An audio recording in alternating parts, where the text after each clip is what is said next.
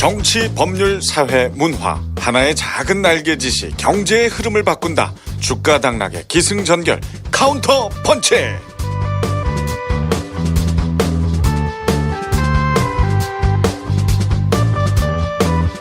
국회를 나오던 날 조직과 인물에 대한 모두 까기가 시작됐다. 아닌 건 아니라고 말하는 남자 정두원.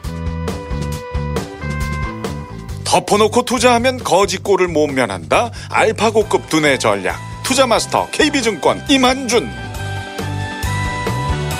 돈보다 사람이 먼저니라 주식 자산관리 전문그룹 청인인베스트 대표 오한결. 그리고 저는 어떤 주제에 대해서도 엑스텐소려고 노력하는 남자 서경석입니다.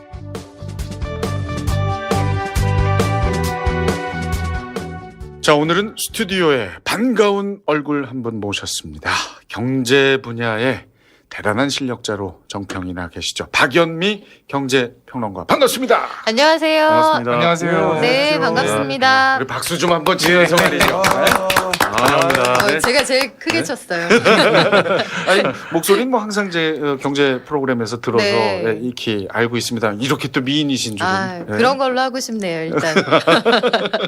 손에 잡히는 경제라는 프로그램 참 오래 하고 계시죠? 네, 지금? 여기저기 저도 일용직이라 네, 가리지 않고 열심히 하고 예. 있습니다. 네. 아, 오늘 또 주제를 슬쩍 지금 얘기하시는 듯한 느낌. 그렇죠. 예. 저도 일용직 임금 노동자라서. 아하. 네. 그 전에는 사실 방송사 기자셨죠? 네, 저 YTN 기자였고요. 그 현장에서 한 16년 정도 취재했고 네. 정치부에 한 3년, 나머지는 다 경제부에 있었어요. 아, 네. 정치도 또 경제도 예, 모두를 아우를 수 있는 우리 전문가 박연민님과 함께 오늘 아주 알찬 방송 한번 만들어 보겠습니다.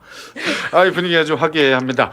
자, 매주 수요일 업데이트되는 카운터펀치 팟빵, 파티, 아이튠즈에서 청취하실 수가 있습니다. 검색창에서 카운터펀치 찾아 구독과 하트 눌러주시고 응원글, 다뤄줬으면 하는 주제, 질문 많이 남겨주시기 바랍니다. 카운터펀치 오늘의 주제를 공개합니다.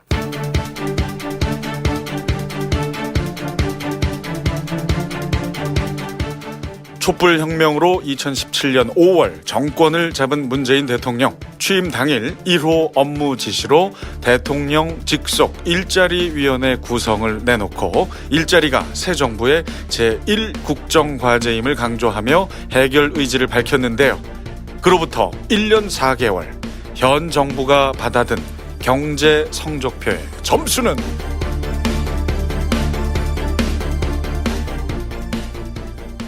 국정 지지율 56%, 역대 정권과 비교하면 높은 편입니다만 취임 이후 최저치를 기록한 원인에는 경제, 또 그중에서도 고용 문제가 가장 크다는 분석이 많습니다. 자, 이번 주 카운터펀치 1부에서는 대한민국 경제의 현 상황을, 그리고 2부에서는 원인과 앞으로의 비전을 짚어보겠습니다.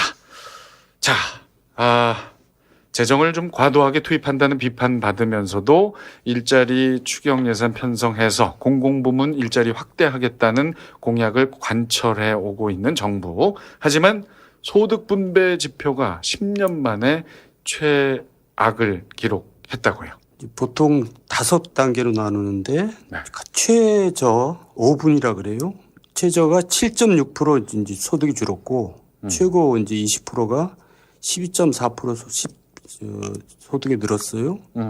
그러니까 서민정부라고 보통 생각을 했는데 네. 서민정부에서 어떻게 서민들이 더 어렵게 돼버렸어요. 그러니까 이제 할 말이 없는 거죠. 더군다나 앞에서 얘기했듯이 일자리 정부라 그랬는데 일자리가 이제 매년 그래도 작년만 해도 매월 30만씩 늘어나던 일자리들이 이번에 7월에는 5천 명이 늘어나는 아주 그냥 재난 수준의 이제 상황이 왔거든요. 그래가지고 지금 굉장히 정부에서도 지금 긴장하고 있는데 문제는 뭐냐면 이걸 수정하겠다가 아니라 그냥 올바른 경제 기조니까 그냥 밀고 나가겠다. 지금 이렇게 돼 있어가지고 지금 민심이 별로 이렇게 좀 좋지는 않은 것 같아요. 네. 아마 정부도 좀 당황스러운 지표였을 텐데 이게 소득 분배 지표가 분기별로 나오거든요. 1분기에 사상 최악으로 가장 부자인 그룹과 가장 소득이 낮은 그룹 사이에 분배 상황이 악화됐다. 이게 1분기 상황이에요. 그래서 2분기에는 요거보다는 좀 나아지지 않을까 아마도 이런 기대를 좀 했을 것 같은데 네. 돈으로 따져보자면 하위 20%의 소득은 12만 6천 원이 줄었고요. 네. 가장 소득이 많은 그러니까 월 기준으로 913만 원 이상을 버는 그룹에서는 그 69만 2천 원이 늘었습니다. 그래서 이 분석을 두고 이제 뭐 여러 가지 논란이 있었어요. 가장 큰 건 뭐냐면 소득이 낮은 가구에 이렇게 소득이 줄어든 건 혹여 현 정부가 추구하고 있는 소득 주도 성장 또 그것의 어떤 전술로서 활용되고 있는 최저임금의 가파른 상승 이런 것들이 좋은 의도로 시작했지만 혹여 이게 선의의 역설로서 오히려 그 어려운 가구들을 더 어렵게 한 것 아닌가 이런 논란이 지금 한창이죠. 좀 말씀하신 내용에서 좀 제가 이제 좀 흥미로운 이제 지표를 하나 좀 말씀드리고 싶은데 네. 지니게스라고 다들 아실 겁니다. 그 지니게수가 대표적으로 이제 소득 불평등 지표라고 보시면 되는데 네. 이게 이제 노동연구원에서 16일 날 발표를 한 게 있습니다. 최근 소득 불평등의 추이와 특징 이런 이제 보고서가 있었는데 올해 1분기에 시장 소득 이제 기준 지니게수가 0.401이 나왔습니다. 근데 사실 0.401하면 이게 어느 정도 수치인지 좀 짐작이 잘 안 가는데 네. 이게 이제 1에 가까울수록 불평등이 심하다는 거거든요. 네. 근데 전년 동기는 0.375였어요. 아하. 그러니까 확실히 지금 증가하고 있는 모습이고요. 이거를 좀 비교를 좀 해보는 게 좀 필요할 것 같은데 예전 2009년도 때 우리나라 소득 분배 상황이 가장 안 좋았었던 역대 최악의 그런 상황이었었는데 그때가 0.334였고요. 아하. 역대 정부를 비교를 해보면 참여정부가 0.299, 이명박 정부가 0.315, 박근혜 정부가 0.309였습니다. 그러니까 지금 현재 0.401은 역대 최대치다. 아하. 그렇게 보시면 좋을 것 같습니다. 예, 그게 이제 1에 가까울수록 상황이 안 좋은 건데 지금 최고로 높아진 상황이군요. 네. 근데 이게 비단 이제 그런 부분만 문제가 있는 게 아니고요. 소득 분배 지표가 잘못되면 당연히 따라와야 되는 게 지금 정부에서 추진하는 게 소득 주도 성장이지 않습니까? 그러면 최하위층 소득을 올려주면서 뭔가 소비를 활발하게 만들고 이게 유동성 공급이 기업에게 될 수 있게끔 만들고자 한 건데 네. 웃긴 건 임금을 올려줬더니 이 사람들이 그걸 받는 사람들이 쓰질 않아요. 집에 쟁겨둔다는 거죠. 그러니까 대기업들이 유보율을 높이는 만큼 실제로 투자 활동을 적극적으로 하느냐 아니면 소비를 적극적으로 하느냐 그것도 안 하고 있다는 얘기입니다. 그러니까 지금 정부에서 꾀한 게 소득 주도 성장을 통해서 지출도 늘리고 소비도 늘리면서 기업의 이익도 늘리겠다 했거든요. 그 두 가지가 전부 안 되고 있다고 보시면 되죠. 아, 그나마 이제 인상된 임금을 받는 노동자들도 그 돈을 안 쓰고 시장에 있다. 풀지 않는다. 네. 그 장롱에 계속 숨겨두고 있는 거죠. 왜냐하면 듣는 게 내가 뭐 임금이 15만 원은 늘었을지언정 듣는 건 보는 건 경제 지표가 많이 안 좋고 경기가 많이 퇴보돼 가고 있다라는 게 눈에 보이거든요. 네. 그렇다 보면 당연히 이 돈을 쓰기보단 내가 임금을 조금 더 받았으니 조금 더 모으자라는 생각밖에 안 들어요. 아하. 그렇다 보니까 이게 투자로 이어지기보다는 그냥 집에 장롱에 모셔두게 되는 거죠. 안전자산 선호도가 높아지고 있습니다. 아, 그런 부분도 체크할 수가 있다. 아까 그 정두원 의원님께서 말씀하신 그 일자리 재난, 네. 그 표현 적절합니까? 아니 어떻습니까? 본인 네. 정부에서도 그런 비슷한 표현을 써요. 아하. 근데 이제 야당에서 이제 주로 쓰는 표현인데, 예. 그러니까 이제 이게 문제예요. 지금 고용 안 좋고 소득 안 좋잖아요. 또 지표가 다 안 좋습니다. 소비, 산업, 뭐 생산 뭐 다 안 좋은데, 그러면 정부에서는 우리가 이렇게 했는데 이렇게 안 좋은 이유는 뭐다. 그래서 우리가 이걸 좀 고쳐야겠다가 아니라 하여간 지금 경제 기조는 무조건 옳다. 이게 이제 이게 문제인 거예요. 네. 어쨌든 소득주도 성장, 최저임금의 급상승이나 근로시간 단축이 시장에 미친 여파가 시장을 잘못 건드린 것 같아요. 그래서 시장이 이제 반격을 목리를 부리는 거죠. 이제 프랑스에서 1981년에 미테랑 정부가 좌파 정부가 처음으로 들었습니다. 29년 만에 프랑스에서. 그러니까 이제 지금 문재인 정부가 쓰는 정책들을 많이 써요. 정부가 많이 개입을 해서 세금을 이제 많이 쏟아부으면서 이제 여러 가지 근로임금도 올리고 그러는데 이게 거꾸로 가는 거예요. 그때도 프랑스가. 근데 이제 그걸 바로 고치지 못해요. 정부가 자존심이 있지. 아, 미테랑도요? 네. 그러다가 결국 2년 만에 손듭니다. 아하. 그리고 잘못했다. 그러고 수정합니다. 그러고서 나중에 재집권을 해요. 그래서 저는 이 정부도 그걸 취해 보면 내년 상반기 정도 가야지 손들 거라고 생각해요. 요즘 그 정 의원님 말씀이 대부분 맞거든요. 네. 지금 정 의원님이 혼자 지금 투자하고 계시는 주식 빼놓고는 웬만한 건 다 예측이 거의 100% 지금 맞고 있는데 정 의원님 생각에는 이 정부도 결국은 방향을 바꿀 수밖에 없을 것이다. 예. 사실 좀 시기가 뭐 1년 조금 지났는데 벌써 이렇게 판단하는 게 맞느냐 뭐 이런 얘기도 좀 있거든요. 가혹하다. 정부 네. 안에서는 이런 평가나 그런 뭐 반론도 있는 것 같은데 사실 문제는 그거예요. 그 최저임금 때문에 모든 상황이 다 벌어졌어. 이거는 오해죠. 그리고 그건 다소 뭐 누명에 가까운 설명일 수 있어요. 그런데 시장 상황이 좋지 않았고 자영업자들이 기존에도 힘들었고 정말 모든 그 경제 주체들이 간신히 버티고 있는 상황에서 쉽게 말하면 방아쇠를 당긴 거예요. 그러니까 그 역할이 없었다고 주장을 해버리면 이건 답이 나오기 어려운 거죠. 그러니까 여러 가지 상황들이 그다지 여의치 않았는데 이 최저임금이라는 것이 거대 자본가가 정말 못 사는 사람한테 주는 것 이런 식의 도식화는 이건 사실과 맞지 않거든요. 그러니까 자영업자들이 그 최저임금 받으시는 분들보다 그렇게 사정이 많이 나은 사람이 많지 않았는데 네. 이쪽에서 이쪽으로 자본을 옮기는 것을 너무 쉽게 생각한 측면이 있는 거예요. 현 정부가. 그렇다면 경제학의 기본 원리, 뭐 경제학까지 갈 것도 없고 국민들이 일반 상식에 기대서 생각을 해도 물건값을 올리면 어때요? 판매량이 줄어들잖아요. 네. 뭐 일시적으로든 어찌 됐든.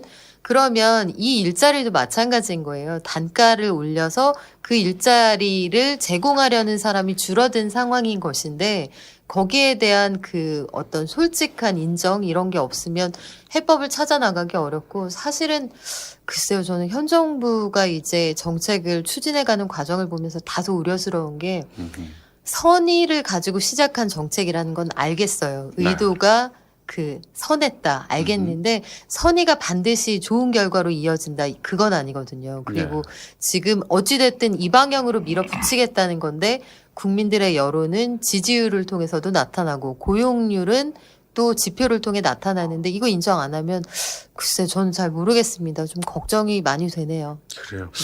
이 뭐 전체 이야기는 아닙니다만 제가 아는 이제 그 식당이나 작은 그 이 사업하시는 네. 분들 상당히 거의 한 열에 8, 9은 다 너무나 힘들다라는 얘기를 좀 하거든요. 저희 동네 경비 아저씨들이 반으로 줄었어요. 아 실제로 그 그렇죠. 실제로 네. 저희는 아직도 그 오래된 아파트들이 많아서 주차권을 이렇게 받으시는 분들이 계셨거든요. 그 박스 안에. 그런데 그 사람을 없애고 다 그 기기로 바꾸는 이걸로. 추세예요. 네. 식당 하시는 분들도 그 시골에 있는 친척들에게 전화를 하기 시작해요. 좀 익스큐즈 되는 분들을 모시지 않으면 도저히 모르는 분들을 고용해서 이 힘든 식당 운영을 해나갈 수는 없다. 그러게 말이에요. 자, 우리 저 두 분, 예, 말씀드리고 싶은 게 있는데 음흠.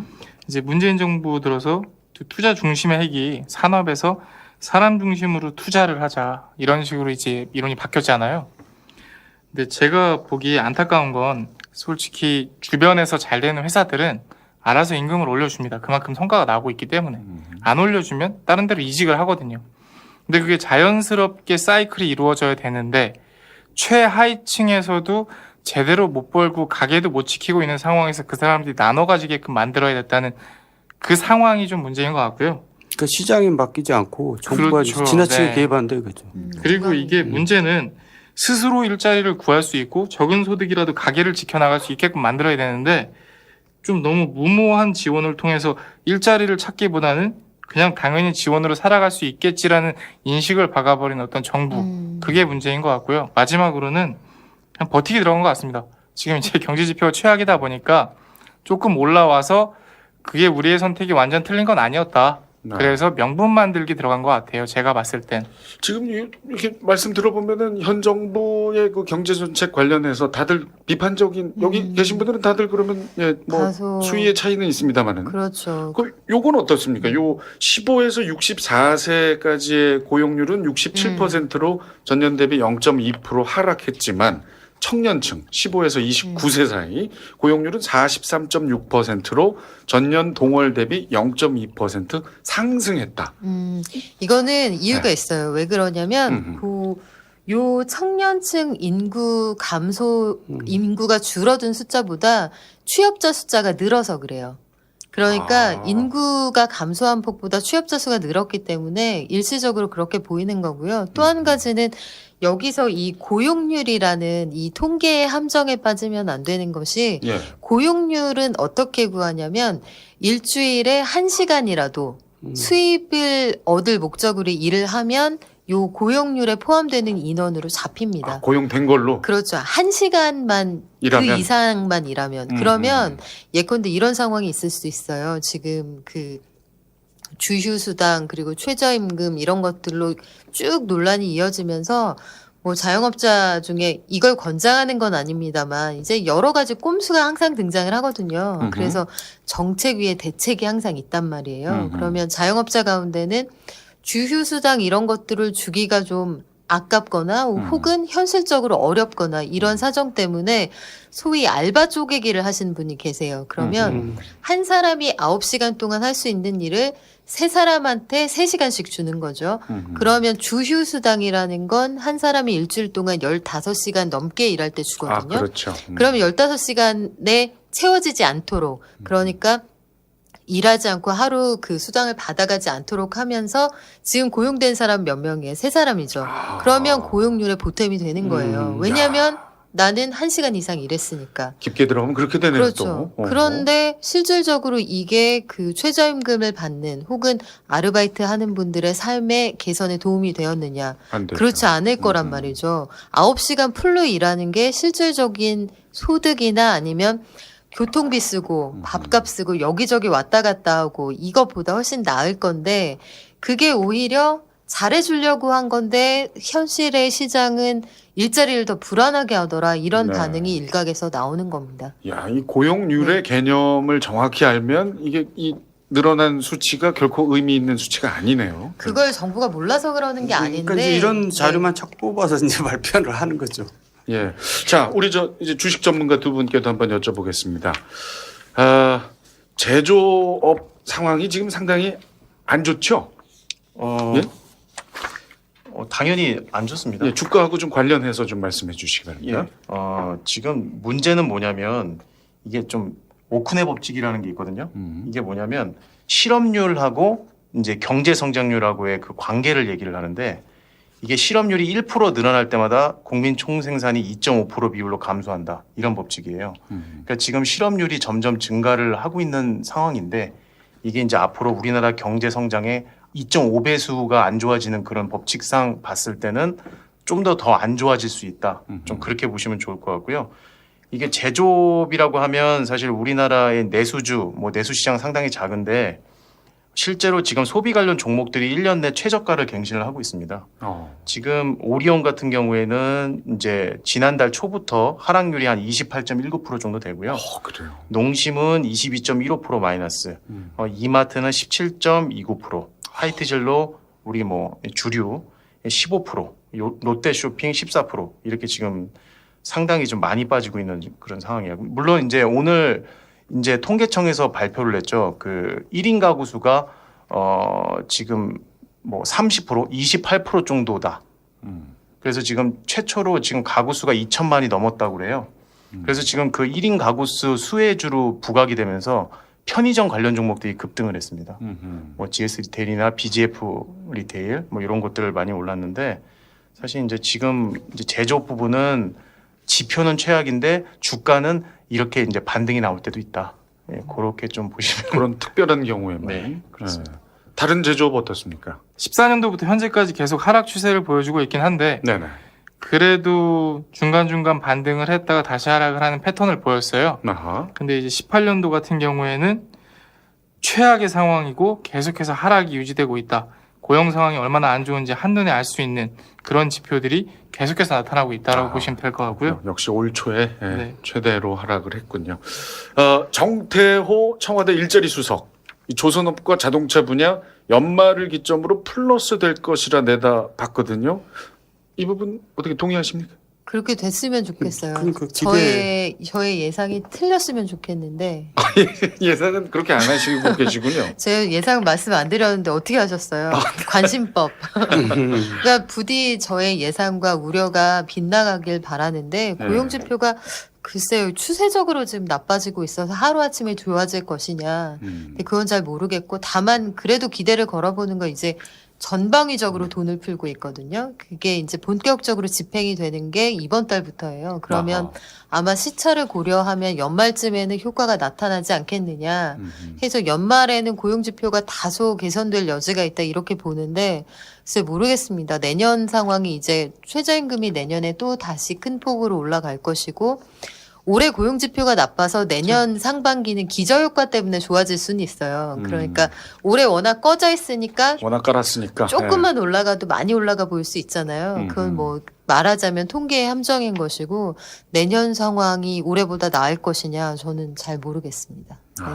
정 의원님 역시 그러니까 그냥 기대를 이제 그것도 근거를 이렇게 설득력 있게 대고 얘기를 하는 게 아니라 그냥 기대만 얘기를 하는 것 같은데 일단 조선업 같은 경우는 해외 시장이 좋아지겠다 뭐 그런 얘기 같아요. 일단 국내에는 지금 구조조정을 해야 되는데 지금 여태까지 미루고 있는 거 아니에요. 벌써 늦었죠 이미. 그러니까 좋아질 이유가 별로 없어 보이고 내부 국내적으로 볼 때는 자동차는 지금 뭐 자동차도 지금 저 중국 때문에 굉장히 안 좋다는 거 아니에요? 근데 무슨 근거로 그러는지 잘 모르겠어요. 그러니까 제조업 생산은 14%를 담당하고 있고요. 그리고 부가가치 11.5%, 고용의 12.2%를 담당하고 있는 게 현재 이제 자동차 업계라고 보시면 돼요. 그래서 제가 말을 한 게 이건 자동차 산업이 일어나야 증시가 다시 상승할 수 있다. 이렇게 말을 한 적이 있어요. 그게 이제 폭스바겐이라든지 어떤 독일의 3사 그리고 해외 유명 자동차 기업들보다도 우리나라 현대차, 기아차가 하락폭이 컸거든요. 네. 그래서 이거는 어느 정도의 기술적 반등과 그리고 본질의 가치를 찾아야 된다. 그러면 증시가 올라올 수 있다라고 설명을 드린 적이 있어서 근데 이제 내부적으로 겪고 있는 문제들이 좀 완화가 돼야 네. 다시 한번 자동차 산업도 일어날 수 있다. 이렇게 한번 설명을 드리고 싶었습니다. 그래요. 자, 이 제발 좀 그렇게 좀 반등이 일어났으면 좋겠는데 아까도 잠깐 말씀드렸습니다만 지금 새 정부 출범한 지 뭐 1년 조금 넘었고 새 정부가 뭐 처음부터 우리나라 정치한 거 아니고 사실 그 전부터 이어져온 거 받은 거라 이명박 박근혜 정부 때 제조업을 인위적으로 연명시키는 정책을 써왔고 그 거품이 빠지는 과정에서 생긴 현상이다라는 의견도 있거든요. 전 정부의 탓도 무시할 수 없다. 전 정부에서 그렇게 잘한 건 없지만은 이 정부가 벌써 1년 반 돼 가는데 전 정부 탓하는 거는 좀 무리라고 생각되고요. 전 정부에서도 사실 문제가 많았어요.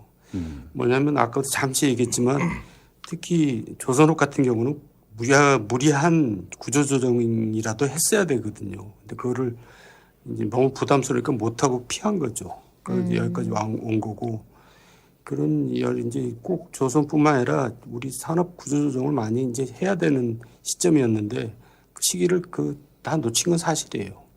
지금 정부가 다 그 부담을 안고 있는 건 사실이죠. 탓이 없는 건 아니지만 무조건 탓하는 건 말이 안 된다. 근데 글쎄요. 그게 맞아요. 현 정부가 얘기하고 있는 게 예컨대 군산을 떠나겠다고 한 한국 GM의 경우에는 2000년에 대우자동차를 인수하면서 그 뒤로 부침이 많았잖아요. 중간에 혈세도 많이 투입이 되기도 했고 중간에 떠나겠다 말겠다 뭐 협박하는 일도 자주 있었습니다. 사실은 그래서 구조조정의 필요성이 있었는데 폭탄 돌리기 했던 거 맞고 뭐 대우조선해양 이런 조선사들 대표적으로 그런데 그것만 가지고 설명하기에는 지금 고용지표가 충분치 않아요. 왜냐하면 그 제조업에서 일자리가 줄어든 부분은 그걸로 설명할 수 있죠. 전 정부부터 이게 어제 오늘 일이 아니고 한 20여 년 누적됐던 일이다. 그러면 제조업 부문의 일자리가 줄어든 건 빼고 얘기를 하잔 말이에요. 네. 그러면 그거는 구조조정 탓이다. 오케이. 그럼 그걸 빼고 그렇다면 그 나머지 도소매 음식 숙박업에서 줄어든 일자리는 어떻게 설명할 것이냐.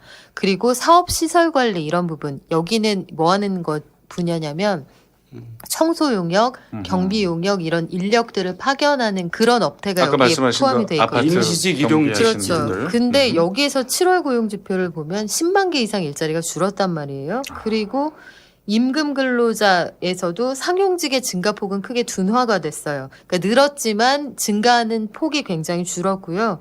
임시직이 10만 8천 명 줄었고 일용직이 12만 4천 명 줄었습니다. 그러니까 제조업을 빼고도 나머지 그리고 뭐 인구의 감소로 설명할 수 있는 그 뭐 교육 서비스업에서 일자리가 줄은 거 그래 아이들이 줄어서 그렇다고 치자. 그러면 제조업하고 교육 서비스업의 일자리 감소폭을 다 도려낸다고 해도 나머지 부분에 대한 책임은 현 정부가 자유로울 수 없죠.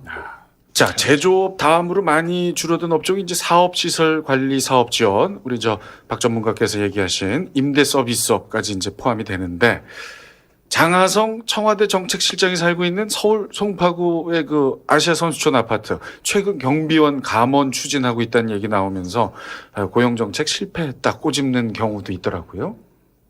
그러니까 그게 이제 제일 어려운 사람들이잖아요. 임시직 일용직들이. 그러니까 제일 어려운 사람들이 지금 감원되고 있는 이제 현장에 살고 있는 거죠. 그 정책의 책임자가. 재밌는 이제 스토리이기 때문에 뉴스가 되는 것 같아요. 네. 아니 근데 실제로 진짜 이런 일들은 많이 일어났잖아요. 그럼요. 실제로 현재도 그래요. 일어나고 있고. 그러니까 최저임금이 영향을 주었느냐 말았느냐 이 논란을 더 이상 지속하는 건 저는 의미 있다고 생각하지 않고요. 그 문제가 영향을 주었는데 어떻게 수습할 것이냐 여기에 대한 답이 지금 나와야 되는 시점인 것이고 이게 최저임금 문제를 굉장히 감상적으로 접근하는 시선들이 있습니다. 물론 뭐 이렇게 얘기하면 아름답잖아요. 뭐 아니 그 삼각김밥으로 식사하는 대학생들 아르바이트들 그 찌개 좀 먹게 해주면 좋지 않아? 이런 식의 감상적인 접근 좋죠. 그런데 일단 그 빈곤율하고 그 저임금의 문제는 별개라는 걸 일단 전제로 말씀을 드릴게요. 저임금의 문제는 개개인의 문제예요. 한 사람 한 사람. 그런데 이 대학생이 속해 있는 가구는 중위소득 이상, 그러니까 중산층 정도 되는 가정의 가구원일 가능성이 높습니다. 그런데 이 친구들의 최저임금을 올려주기 위해서 최저임금을 다 같이 올렸을 때 그 고령의 경비원들이 일자리를 잃는다. 그럼 이건 훨씬 심각한 문제예요. 왜냐하면 우리나라 노인 빈곤율이 50%, 그러니까 두 분 중 한 분은 빈곤층이에요. 그런데다가 실질적으로 그 가구원의 소득이 없을 때 빈곤 가구로 추락할 확률이 한 70% 정도 증가하거든요. 그런데 이런 그 3명 중에 1명의 일자리를 줄이고 예를 들어서 이건 실제 통계가 그렇다는 건 아니고요. 셋 중에 1명이 일자리를 완벽하게 잃으면서 그 사람이 받아갈 월급으로 나머지 2사람의 임금이 다소 올라가는 이 방식이 과연 정의로운가? 그러니까 철학적인 고민도 사실은 해봐야 되는 시점입니다. 아까 이제 정 의원님께서 그 1분위 이제 5분위 이렇게 얘기를 했잖아요. 예. 1분위 쪽으로 갈수록 이제 좀 이렇게 저소득자고 5분위로 갈수록 이제 고소득자라고 이해하시면 되는데 예. 실제로 1분기 때 하위 1분위 가구의 이제 취업 가구주 비율이 이제 21% 정도 이제 됐었고 그 중에 전년 동기에서 35% 정도 감소를 했거든요. 근데 이 1분위에 속하는 이제 취약층 같은 경우에 지금 근로소득이 24.4% 감소를 했습니다.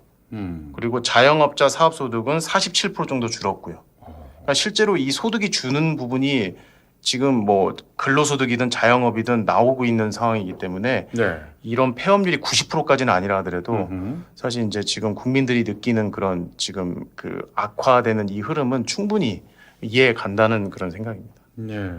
그러니까 자영업이 폐업을 많이 하면서 또 새로 생기고 이제 그래요. 그러니까 이제 그 통계를 보면은 늘 그랬다. 뭐 이번에만 그런 게 아니다. 이제 그 얘기도 일리는 있는데 어쨌든 중요한 거는 우리나라 자영업이 굉장히 많거든요. 많죠. 25%. 그러니까 이제 네 가구당 한 가구가 자영업이라고 할 수 있는데 이거는 OECD 국가 중에서 최고고 보통 이 절반 정도가 정상이죠. 그러니까 이 자영업이 많다는 얘기는 뭐냐면 취업이 안 되니까 자영업으로 더 가는 거지 그걸 하고 싶어서 하는 게 아니거든요. 일자리가 없어서. 네, 그러니까 거의 뭐 자기 임금 자기가 받아가는 정도밖에 이제 못 벌잖아요. 네. 그런데 지금 저 최저임금이나 이 소득세 성장에 가장 타격을 받는 이쪽이죠. 그리고 이쪽이 사실 여론에 미치는 영향이 크거든요. 자영업자들이 앉아서 장사 안 되고 맨날 욕하고 있지 뭐 하겠어요. 아니 이게 뭐 우리 이야기이지만 전체 이야기는 아닐지언정 그래도 현장의 이야기일 수 있는데 그 우리 두 분 회사가 어디 있죠? 저는 양재에 있습니다. 양재 그 주변 식당이나 이런 거 요즘 상황 어때요? 뭐 실제로 폐업들 많이 합니까? 뭐 바뀌는 곳은 많이 바뀌고요. 예. 그리고 빈번하게 생기는 이제 카페들 같은 경우에는 폐업률이 좀 높은 편입니다. 자, 저 같은 경우는 정말 피부로 느끼는데요. 그 방송사 그 지하에 그렇죠. 그 식당들이 이렇게 있잖아요. 그 방송사 지하면 상당히 잘 될 것 같은 어떤 소위 깔아주는 손님이 있는 상권이죠. 네. 희망을 가지고 다들 이제 음. 입점을 했는데 어떤 방송사 지하는요. 지금 뭐 한 예를 들어서 10개가 있었다면 거의 5개가 지금 나가고 있는 상황이고 근데 또 놀라운 건 그 뒤로 또 들어온대요. 그렇죠. 계속 인테리어 하고 예. 지금 말씀하신 그 방송사에서 제가 방금 방송을 하고 왔거든요. 아니 제가 어느 방송사 네. 하는 줄 얘기가 아니죠. 혹시 그 M본부 한국의 방송사가 한 40개 돼요. 아, 제가 지금 상암동에서 상암동. 왔는데 아니, 상암동에만 30개 곧이요. 있고요. 그 지하에 5개 이상 문 닫은 음식점이 있는 그 방송국에서 제가 왔는데요. 아 그러세요? 그래서 네. 이제 자영업자 폐업률이 높아지면 네. 인테리어 업자만 돈을 번다 이런 얘기도 있죠. 그래서 사실 있는데 이제 저도 거기 있다 보니까 상당히 폐업률이 높다는 건 저도 실감하고 있고. 얼굴이 빨개지셨어요. 아니, 저 제가 원래- 눈치채서. 아니 원래 미인하고 이렇게 마주치면 빨개져. 아, 지금 볼터치 하신 거. 저희 혹시 나중에 뭐 가족 경영 같은 거 이렇게 생각하실 아니 근데 실제로 이게 지금 그 주인이 있는 자영업자 수가 네. 지금 4,000명 정도 줄었다고 합니다. 아하. 근데 이게 주인이 없는 자영업자 17만 명 늘어났다고 합니다. 그러니까 이게 무슨 얘기냐면 이제 가족들 경영을 한다는 얘기예요. 그러니까 이제 무급가족 종사자가 17만 명 정도 늘었다고 하거든요. 그러니까 결국에는 이제 알바들 다 내보내고 이제 가족들을 이렇게 좀 채용이 아니라 그냥 같이 좀 도와줘. 이렇게 지금 분위기가. 물론 이제 그런 경영의 이유가 반드시 이 최저임금이 인상됐기 때문만은 아니거든요, 사실은. 근데 그 부분도 무시할 수는 없다는 게 문제인 거죠. 그렇죠. 그래서 네. 지금 앞서 말씀하신 것처럼 한 신문이 상반기 자영업자 폐업 사상 최대. 그런데 다음날 또 다른 기사가 그 대통령에게 독박 씌운 음식점 90% 폐업의 진실. 그런 얘기가 나와서 뭐가 맞느냐 진실 공방이 있다고 하는데 결론부터 말씀드리면 이런 류의 기사는 반은 맞고 반은 틀립니다. 일단 그 C일보가 썼다고 하는 자영업자 폐업 사상 최대. 폐업 사상 최대라는 숫자는 사실이에요. 그런데 이게 현 정부만의 탓이냐? 그건 사실과 다르죠. 기존에도 자영업자들의 업황은 어려웠는데 네. 하필 상반기에 여러 가지 문제가 중첩되면서 숫자가 커졌을 수는 있습니다만 이게 100% 문재인 정부 잘못이냐? 그건 사실과 다릅니다. 그런데 문재인 정부에게 독박을 씌운 음식점 90% 폐업의 진실. 독박이라는 단어가 저는 좀 눈에 거슬렸는데요.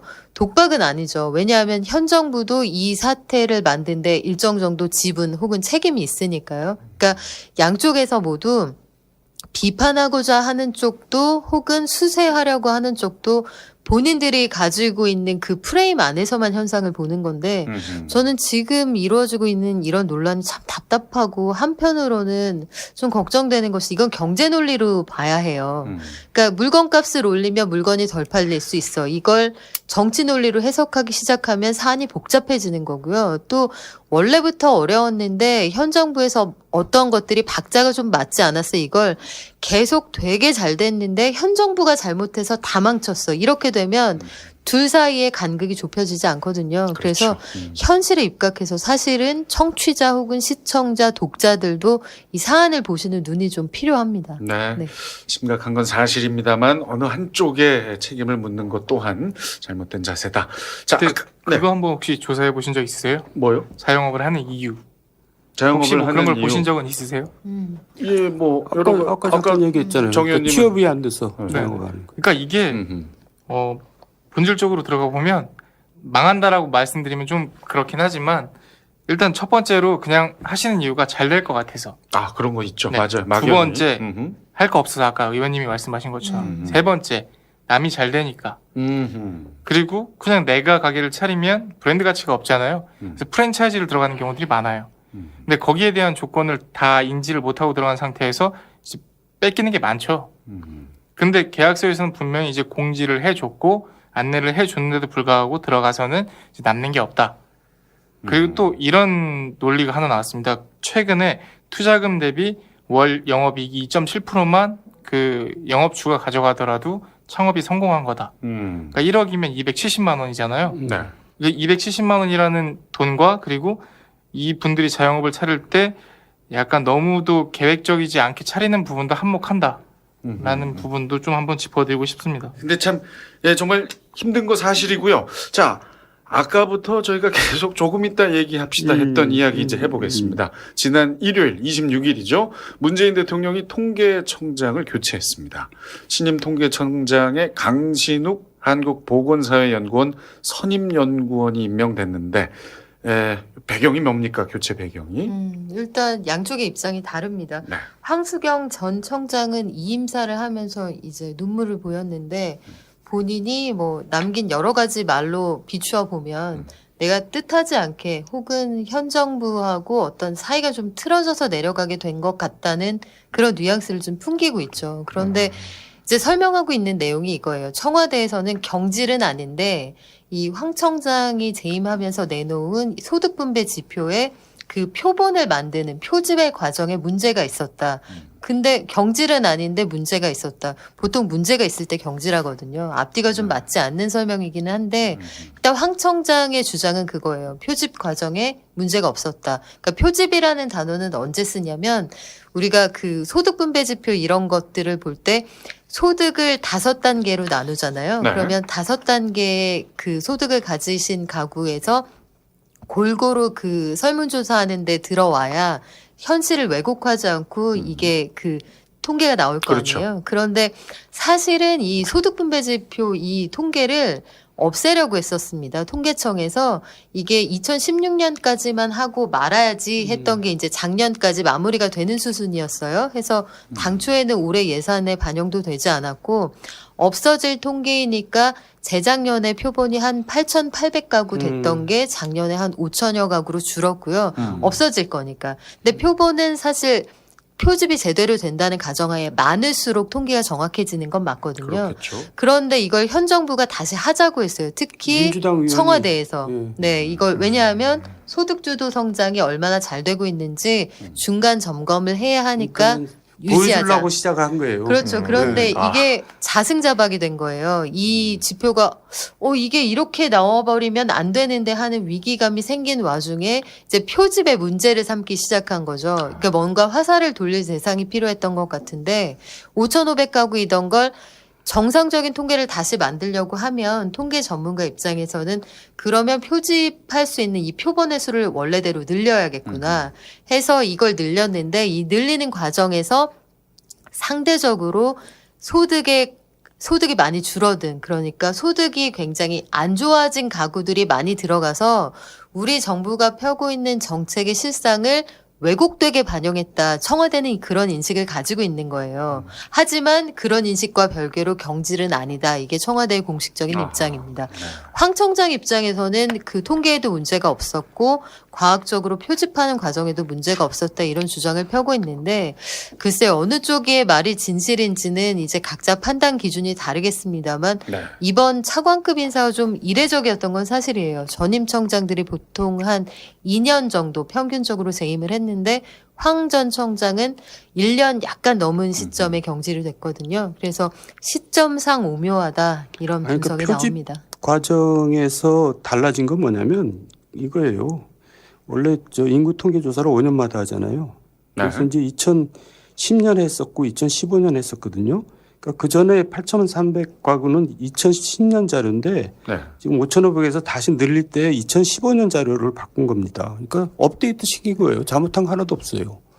그러니까 그게 그리고 통계라는 게 결국 수학 공식에다가 기계로 돌려서 내는 거지 뭐 그걸 사람이 손으로 조작합니까? 그러니까 일부러 뭐 저 소득 안 좋아진 사람들을 더 추가시킨 건 그건 아닐 이상한 텐데. 얘기고 이 사람이 또 문재인 정부에서 임명된 사람인데 이 사람이 뭐 그렇죠. 그 이상한 사람이 아닌 이상 그럴 리가 없잖아요. 그러니까 그건 무리한 얘기고 더군다나 이제 교체한 사람이 누구냐면 보건사회연구원 그러니까 통계하고 별로 상관없는 연구원을 이제 임명했는데 이 사람이 지난번에 어떤 통계를 냈냐면 그 홍장표 수석이 이제 특별히 가까운 사이인가 봐요. 그러니까 이 사람한테 이제 통계를 부탁을 한 거예요. 네.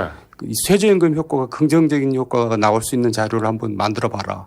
그러니까 이제 원래 소득은 가구당 통계를 내는 건데 그 가구당 통계가 아니고 근로자 통계를 낸 거예요. 그러니까 아까 말한 자영업자 빼고 일용직 임시직 빼고 임금 근로자 그 임금 근로자만 내니까 이제 좋게 나오죠. 그 사람들은 당연히 최저 임금이 올라가면 당연히 올라가잖아요.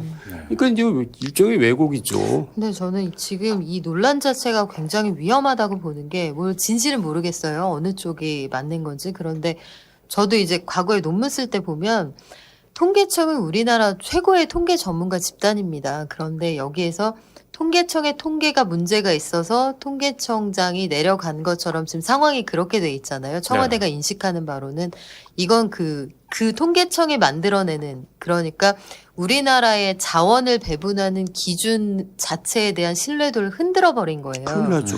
그리고 이건 굉장히 사실 심각한 문제고요. 예. 그래서 국가의 예산을 어디에 어떻게 분배를 해서 어느 쪽을 더 북돋아주고 어느 쪽을 균형을 좀 맞출 것인가, 이런 모든 것의 기본 자료를 통계청이 만들어내거든요. 그러니까 조직 전체를 어찌 보면 굉장히 무능하거나 전문성이 떨어지는 집단으로 몰아갈 수 있는 굉장히 위험한 상황이기도 하고요. 또 한 가지는 이명박 정부 때 굉장히 비판을 했던 것 중에 하나가, 당시에 물가가 굉장히 많이 올랐어요. 세계 금융위기 탓도 있었고, 소위 최강 라인에서 고환율 정책을 편 탓도 있었는데, 물가가 너무 오르다 보니까 이명박 정부에서 썼던 꼼수가 물가를 산출할 때 금값을 빼내는 방식이었어요. 근데 금값이 굉장히 많이 올랐거든요. 안전자산이니까. 네네. 금값을 빼면 물가는 여러 가지 품목별로 가중치를 둬서 평균치를 내서 구하거든요. 네. 그런데 금이라는 굉장히 가격이 많이 오른 어떤 상품을 빼버리면 전체 평균이 낮아지겠죠. 낮아지겠죠. 이거는 대표적인 꼼수란 말이에요. 그때 굉장히 비판을 받았던 사안인데, 그래서 통계라는 것은 마치 사관들이 기록하는 역사와 같아서 함부로 건드리거나 위정자들을 평가해서는 안 됩니다. 전문가의 영역인데, 저는 그 논란이 보다 근본적으로 위험하고 한편 아쉽습니다. 네. 사관들이 기록한 거 임금들이 볼 수 없었잖아요. 당대에 볼 수 네. 없었고, 그걸 유일하게 봤던 분이 계셨죠. 이현산? 네. 내려오셨어요. 그런 의미에서 참 이번 최근에 벌어지고 있는 상황이 많이 걱정이 됩니다. 자, 문재인 정부의 고용 정책과 경제 살리기, 우리 네 분 수우미양가 중에서 어떤 점수를 주시겠습니까? 먼저 이만준 과장. 저는 아름다울 미를 드리고 싶습니다. 중간으로. 예. 일종의 시도는 아름답다. 시도는 아름답다. 시도는 마음은 아름다운데 결과는 안습이다. 그런 거고, 사실 이제 최저임금제를 사실 성장 정책이라고 알고 계신 분들이 혹시 있으실 것 같아서 사실 아니거든요. 이거는 소득 재분배 정책이잖아요. 사실 이게 최저임금을 2년간 거의 30%를 올리는 게, 이게 과연 어떤 효과가 있을지에 대한 그런 예상을 안 하고선 사실 한 것 같은 좀 그런 느낌이라 사실 좀 안타깝고, 이게 30% 올려서 결국에는 임금이 낮은 노동자들을 노동시장에서 지금 퇴출시키고 있는 지금 그런 결과가 나오고 있는 거예요. 그래서 일단 강성노조 예전에 이제 준표 대표님이 이제 대선 후보 시절에 그렇게 말씀을 많이 하셨었는데, 사실 문제도 있거든요. 그래서 이 노조 가입한 고임금 노동자들끼리 사실 경쟁 안 하고 그냥 정년까지 가자, 이런 것 때문에 사실 생산성 떨어지는 것도 분명히 있기 때문에, 저는 이런 정책은 미도 좀 많이 준 거다라고 생각하고 있습니다. 네. 아름다울 미라고 얘기하셔서 상당히 좋은 얘기가 좀 많이 나올 줄 알았는데, 그냥 더 아래를 주고 싶지만 미로, 시도가 좋았기 때문에, 의도가 좋았기 때문에. 정도현 의원님. 예, 그러니까 이제 우리가 진보 진영 좌파라고 얘기도 하는데, 특징이 뭐냐면 일단 세상의 모든 일은 다 걱정하는 게 이제 특징이고, 그리고 두 번째 특징은 너무나 세상을 간단하게 생각해요. 세 번째 특징은 내가 항상 옳다, 선하다 이렇게 생각하는데, 그중에서 제일 문제가 두 번째예요. 세상 일이 너무나 간단하게 생각해요. 근데 세상 일은 그렇게 간단하지가 않거든요. 모든 게 서로 얽히고 얽혀서 이걸 누르면 저쪽이 튀어나오고 그러는데, 선한 정책을 쓰면 선한 결과 나올 거라고 생각을 한단 말이에요. 저는 문재인 대통령 되게 좋아해요. 왜냐하면 겸손한 성격 좋아하고 인품이 훌륭하거든요. 근데 국정운영 능력에서는 지금 문제를 보이고 있죠. 특히 경제에서는. 그래서 저는 양을 드리겠습니다. 아, 양 주셨습니다. 양. 우리 정 의원님은 무슨 파입니까? 저는 중도파입니다. 네, 감사합니다. 우리 박연미 경제평론가. 저는 아직은 성적을 못 드리겠어요. 어. 이게 지금 아직 중간 시험까지 본 셈인데 그렇긴 하죠.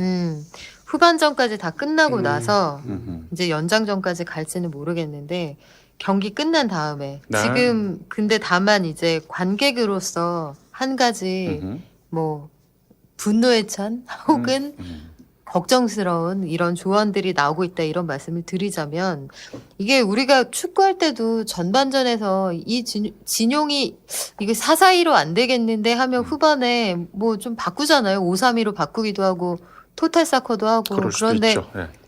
4-4-2로 안 된다는 게 사실은 전반전에서 입증이 된 셈인데 왜 4-4-2 말고 다른 전략은 틀렸다고 생각을 할까 이런 안타까움이 있고 누구보다 현 정부가 잘 되길 바라는 마음에서 저는 일단 후반전까지 좀 기다렸다가 점수를 매겨보겠습니다. 그렇군요.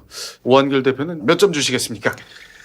저도 미 드리겠습니다. 어허. 네, 이유는 사실 문재 정부에 기대한 게 많이 있었어요. 초기에는. 그래서 문제점이 많이 개선됐으면 좋겠다는 생각만도 가지고 있었거든요. 근데 의도는 분명히 좋았으나 문제점만 개선해 나갔어도 좋은 정부가 될 수 있었고 칭찬받는 정부가 될 수 있었는데 그거보다도 약속을 지킨다는 어떤 그런 사명감이 더 커 보였어요. 제가 보기엔.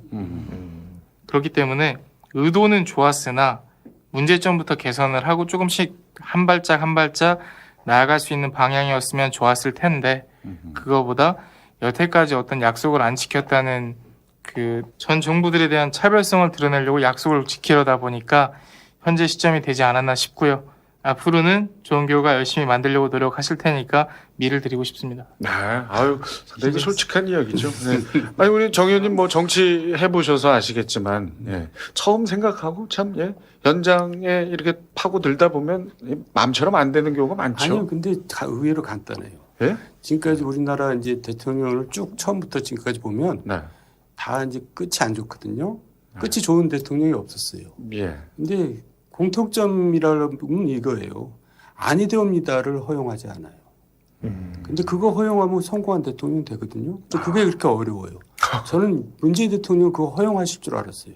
근데 그거 아니 되옵니다를 허용 안 해요. 통일투정 바꾼 것만 해도 내가 참 실망을 많이 이건 했는데. 저도 충격적이에요. 네. 아니 되옵니다를 들어야지 자기가 성공하죠.